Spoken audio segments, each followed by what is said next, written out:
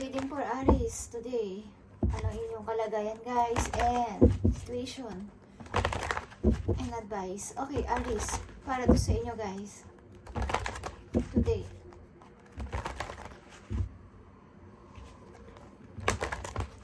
I need message for Aries today sa kanilang kalagayan o situation. And bigyan mo sila ng advice with angels from heaven. Message for Aries today. I need message for Aries today.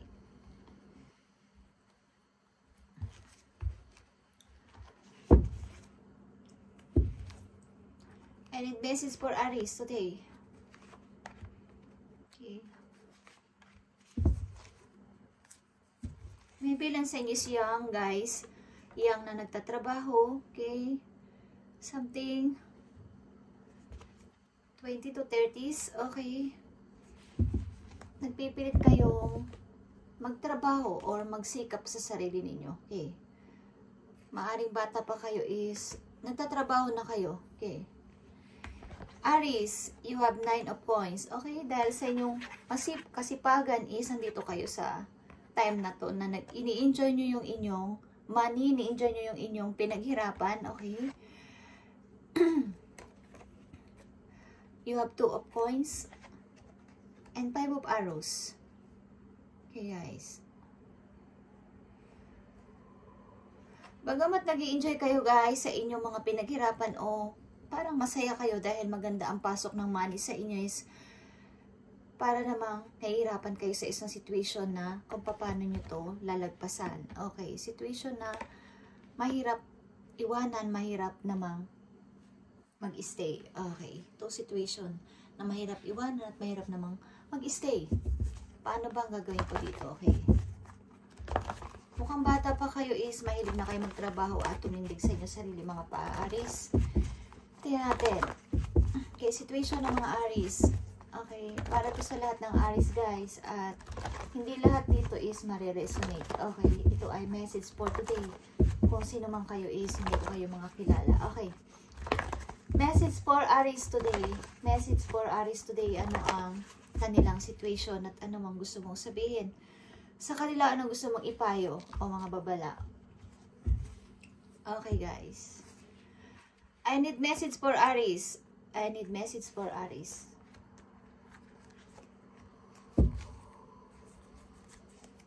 Hirap na hirap kayo makapag-forward, guys, and pabalik-balik kayo sa isang situation na kailangan nyo ng magpatuloy. Dahil kayo ay mag-grow. Okay? But, ang hirap makausad. Movement, choices, and decision, Aries. Meron kang pinagpipilian sa ngayon, guys. Maaaring about sa bagong trabaho, engagement o kasal, travel, or bagong place. Okay, meron kayong pinag-iisipan sa ngayon. Ilan sa inyo is nag-iisip na kung mag-iiba ng career, magpapakasal na ba ako? Magta-travel ba ako? Or lilipat ako ng bagong place or iibig akong muli? Okay, tignan natin, guys. Shadow or reflection. Nag-iisip-isip na kayo para sa future. And you have Emperor, okay? Kailangan mo maging in charge dito sa gagawin mong decision na to bilang isang Emperor. Okay, this is your energy. Emperor, Aries, is you need to decide sa sarili mo kung ano talaga ang gusto mong mangyari. Tingnan natin ang message for you, Aries, today. Pagkamat nakafocus kayo ngayon sa inyong work, is nag-iisip-isip kayo sa future. Ano na ba ang mangyayari sa akin sa future? Lilipat ba ako ng bagong trabaho? Magpapakasal na ba ako? O i-open ko pa ang puso ko sa pag-ibig o magta-travel ako? Okay, meron kayong reflection kasi o shadow galing sa nakaraan na parang ang hirap magdesisyon sapagkat ganito, ganyan. Okay, baka ma-mistake ako again. Okay, Aries, ito yung message for today. Payo o advice sa inyo, okay? Aries. fog in. Okay? Fog in is go slow, take time, Aries. Kung yan ang inyong decision at yan ang inyong pinag-iisipan is huwag kayo magmadali, okay? Take time. Parang i-enjoy nyo muna. Yan ang gusto sabihin sa inyo. Kung anong nangyayari sa inyo ngayon, kung kayo masaya. Bilang isa mag-isa is mag-i-enjoy muna kayo. I-enjoy nyo muna yan at sumabay sa agos ng situation, Aries. And view from above. Okay? Get the big picture.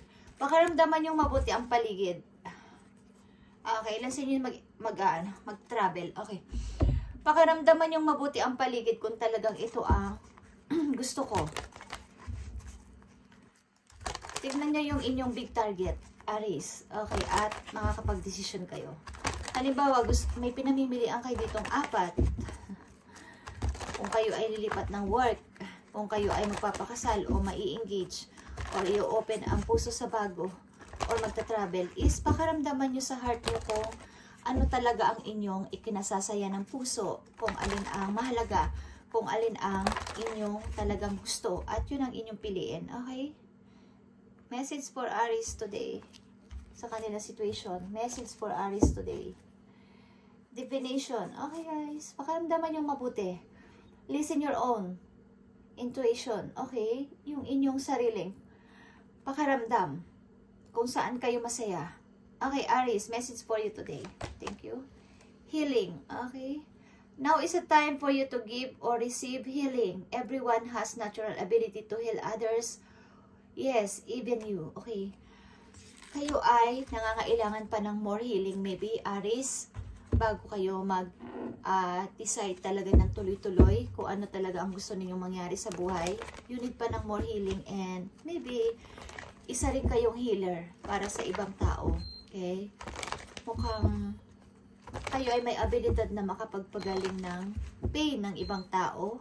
Okay? Kayo ay puntahan ng mga parang nahingi ng advice at kayo ay nakakapagbigay sa kanila ng magandang advice o idea sa mga tao.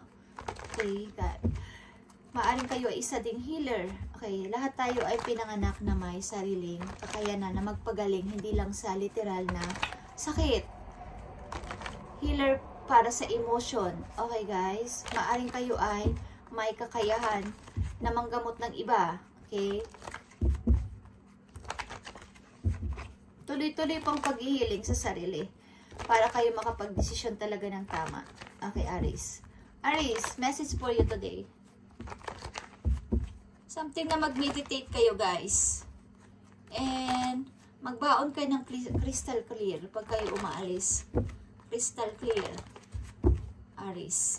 Kung gusto nyo lang. Yung stone na white. Crystal. Okay. May naririnig ako, guys. Tingnan natin. Message for you, Aries, today. Sa inyong situation na maaring gusto sabihin sa inyo. Tingnan natin, guys. Magpauso kayo, guys. Two of Thoughts is here. Your angels have noticed that you're not moving forward, Aries. You have multiple option, okay? That you're reviewing and you seem to be unable to choose. Ask your angel for sign as to what direction to take, or just listen to your own inner voice. Like I said, guys, deep down, you know what to do. Okay? Alam mo ang gusto mo, guys. At yeah, katulad ng sinabi ko kanina pa lang sa una't-una, hindi pa lumalabas ang message na to para sa inyo is, kayo ay may mga option na hindi nyo muna mapagdesisyonan, kaya hindi kayo makapag-moving ng tuloy-tuloy. Okay, Aries? At maaring mag-ask kayo ng help doon sa inyong guidance kung kanino kayo nagpipray. Okay? Basta sa mabuti lang yan. Natulungan kayong ituro ang tamang direksyon, tamang path ng buhay, bagong buhay para sa inyo, Aries. At tutulungan nila kayo, okay? As help. Meron kayong multiple option maybe. Halimbawa is yung magpapalit pa ako ng work, like I said. Mai-engage ba ako? Tatanggapin ko ba ang pag-ibig ng new person? Magta-travel ba ako? Okay? Kaya hindi kayo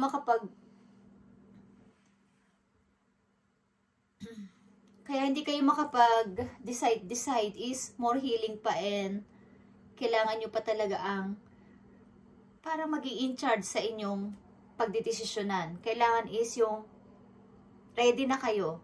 More learning. Okay. Masakit ba lalamunan nyo, guys? Okay. Sasabihin na naman ng iba dyan. Okay ka ng okay. Ganun talaga ako, guys. Mahilig ako magsalita ng okay. Bawat sasabihin ko. Kaya, huwag nyo na akong pansinin. Like I said, just listen to your own inner voice kesa sa ibang tao. Okay? Mas isipin nyo yung sarili ninyong nararamdaman kesa sa iba. Huwag kayong magpadala sa sinasabi ng iba. Like nga, katulad ng sinabi ko bilang isang emperor, as you, Aries, is ikaw ang maging in charge. So, wag ang ibang tao. Huwag ka maghintay ng, yes, yan ang gawin mo, Aries. Yan ang gawin mo, Aries. Okay, wag ganun. Wag ganun, guys. Kailangan kayo ang mag-decide nito this time. Ngayong 2024. Okay, guys. Kayo ang mag-decide. Sapagkat nakalaan dito ang inyong maaring may bumabalik na person at nanunuyo sa inyo dito. Yun ang iisipin nyo ngayon. Ano ba dapat ang gawin ko? Tatanggapin ko ba ang person na to? Yan ay sasagutin ng inyong puso. This time, mag-isip kayo mula isip papuntang puso. Okay? Maybe ang ginamit nyo dati is puso papuntang isip. Is this time, isip papuntang puso.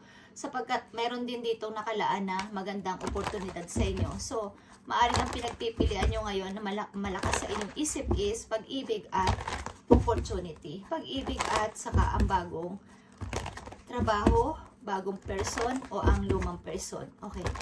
Tingnan natin. Last message sa mga Aries dito sa kanilang situation.